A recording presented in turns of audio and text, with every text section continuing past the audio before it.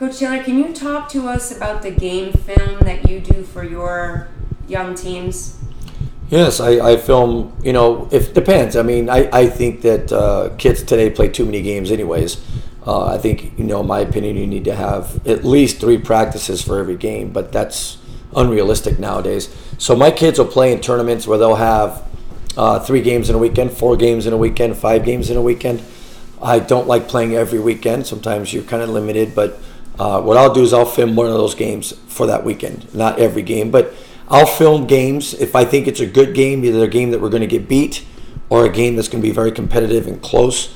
I'll film that game, take it home, talk on it like an NBA program, circle, talk, tell them where they're supposed to go, send everybody the film on a Google Drive or something where they have to watch it, and then that way for the next practice they had that game film in hand.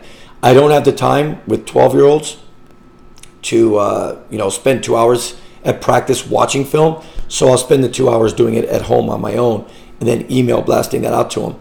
And I do it for my 12-year-olds. I do it for 11-year-olds. And I coach them as if they're college players. I call them out. I tell them the truth. I don't lie. Parents love it because they get to see if their kid's not playing well. They know now why their kid doesn't play more. The kids get to see their mistakes because they might hear me verbalize it, but they don't really get it. So they're more visual learners, so they see themselves on film, and they're like, wow, I get it now. And I'll call them out. I don't blast this all over the universe. It's just within our little inner circle of the team. And if they don't like the criticism, they can go play somewhere else. But I know it's been a huge advantage for our kids to see that film and to witness where their mistakes are, go out and try to fix them. And at the age of 11 and 12, I see a massive improvement, an exponential improvement in their development and their growth. Some faster than others. And that's another skill set that I'll tell these kids, hey, I'm saying the same thing every time. It doesn't seem like you're getting it. That's why you don't play more. Or I keep telling you to be lower in the stance. I hit pause, you're standing up. That's why you don't play more. Or this is the out of bounds play. You're supposed to go there and you went there again. That's why you don't play more. They can't argue why they're not playing more. They can't go home and their parents can't say to them, why is my son not playing more? Watch the film. And after the film, you'll see it. Coach Taylor, how do you respond to parents that might get defensive about some of the feedback you might be giving the kids on film? They know me before they get the feedback. I mean, okay. That's kind of the way it is. I mean, I'll tell them beforehand that, I'm going to be honest. I'm going to be critical. I don't get personal. I don't use bad language. It's all basketball related. And if a parent doesn't like what I say or the way I say it, then, they can leave. It doesn't hurt my feelings. It doesn't bother me. That's the great thing about coaching these AAU programs versus high school, which I did for a long time, is there's no politics.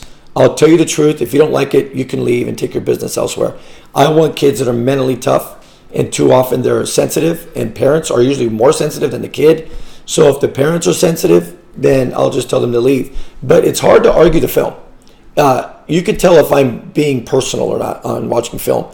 If you're watching the film, unless you're an absolute moron, if you are watching the film and you hear me saying you are going to the wrong spots, how can you question that? I don't say things on film like you're an idiot, or I'll say, listen to me, you're smarter than this, you should know this by now. I'm not going to get personal. I'm not going to do those kind of things. Sometimes kids, when they get older, they'll get a little arrogant, and you got to kind of bring them down a notch, and you'll tell them, hey, you're pretty good, but you're playing against below average talent here.